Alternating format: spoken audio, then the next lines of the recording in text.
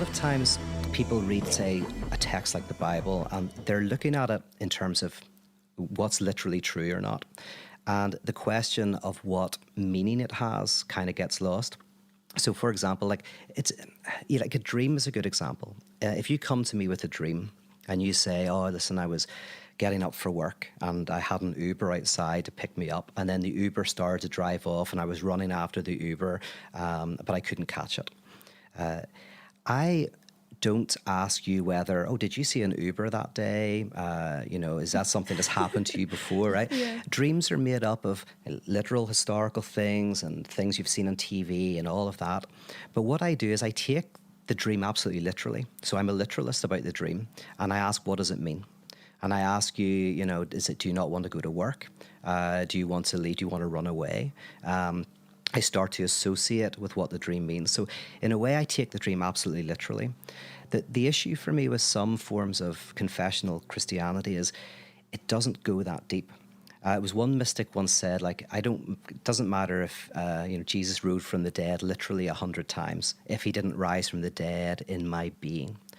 So in other words, if there was someone rises from the dead and it's on TV, a Netflix documentary, you might watch it, but you might just watch a Marvel movie instead. Right. It's not that interesting. But if it means something about new life, if it means something, if it has freight of meaning, then it becomes something even more significant. Like a flag is just a piece of cloth. But actually, for some people, it means a lot more. It means your country. It means, all of these other things. So for me, whether it's reading the biblical text or reading a dream or whatever it is I'm trying to ask, what is the meaning that is being encapsulated in what I'm reading? I think your example actually of the movies is a good example, because unless you're an asshole, if you're unpacking like Lord of the Rings or a Marvel movie or something in terms of like, can this actually happen? Yes. Right. In terms of gravity and all that, it's like you're missing the point. Yeah. Like that's the worst type of person to sit with at a movie. Yes. And there's lots of jokes This about could them. happen. I love it. Like I saw a Simpsons joke, and it's always the nerd who says, in episode 3, 13 minutes in, and it's like, and the joke is, of course, is like that person is not capturing the meaning of the episode. Their precision is like what Kierkegaard said about the critic. The critic can speak about every moment of the music, but the music lover captures the meaning of the entire piece. Yeah.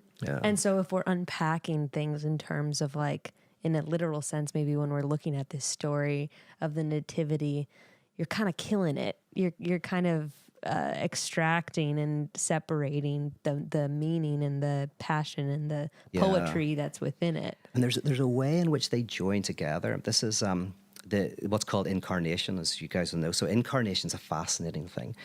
Incarnation means the absolute coincidence of opposites. It means the coming together of two, of basically the temporal and the eternal, the absolute and the subjective. So the idea of the God-man or whatever. But it's not necessarily a theological term. Can I use an example to kind of... Yes. So the Titanic, right, which is built in Belfast, by the way. Not many people know that. I'm from Belfast. Yes. Right? And we didn't drive it. The English drove it. So, blame it on them. Yeah, we built it. It wasn't supposed to be driven in icebergs, right? So the Titanic is interesting because it was a sinking of a ship in 1912. I think it's a maiden voyage to New York. Now, 14 years before the Titanic sank, there was a short story called The Wreck of the Titan. It was also called Futility. And it was by a guy called Morgan Robinson. And it was a book that talked about a ship that was basically the same size as the Titanic on its maiden voyage in April, which is when the Titanic was on its maiden voyage, hit an iceberg in the same ocean as the Titanic, having broadly the same amount of lifeboats, broadly a similar amount of people dying, going at basically the same speed, right? So when you read these two side by side, you go, oh my goodness, the wreck of the Titan is like 14 years before the Titanic. Yeah. Wow. So the question is, why did that happen? And just to kind of shorten it down a bit, like he was an expert in shipbuilding. And this guy who wrote the short story just knew enough about ships, to work out a disaster could be. But also ships had a symbolism at the time. They were the spaceships of the day. They were the high point of human creativity and industry. They also symbolized class distinction, the upper class at the top, the lower class at the bottom, the middle class in the middle, all working together.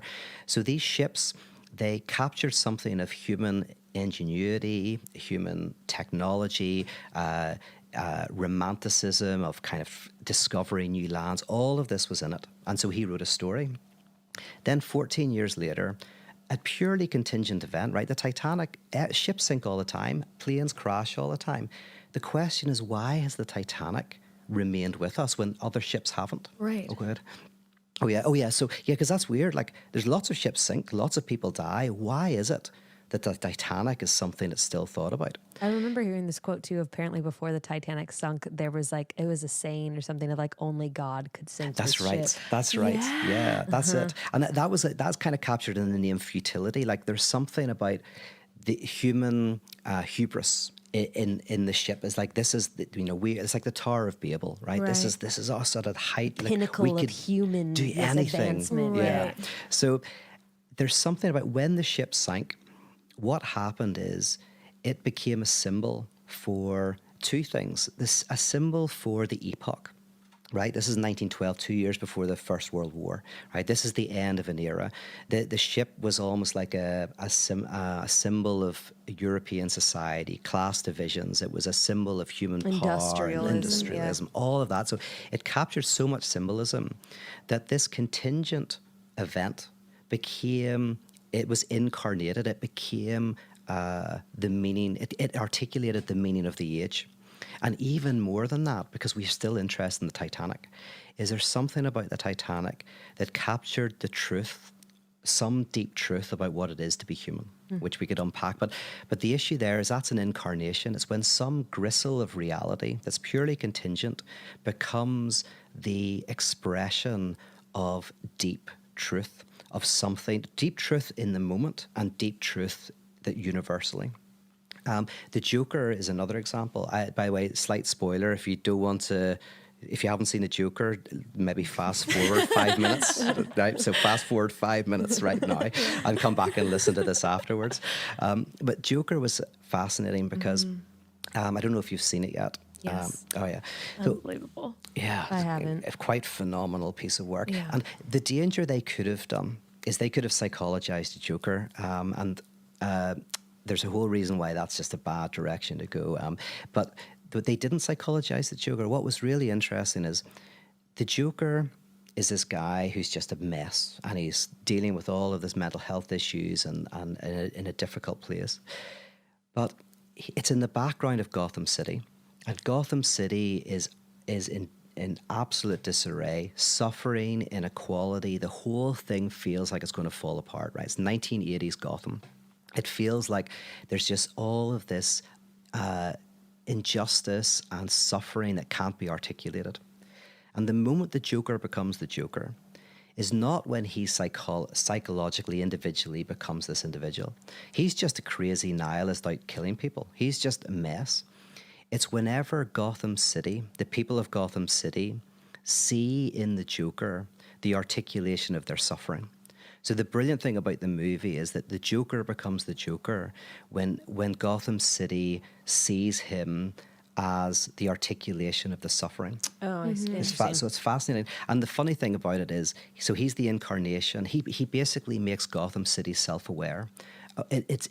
Gotham City is now the people are able to articulate their suffering through the Joker, even though the Joker's not a political figure and it's actually just a guy who's out there killing people.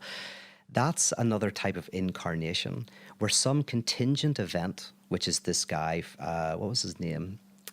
Arthur, Arthur something, but this guy Arthur, this contingent event becomes the site in which the city understands itself.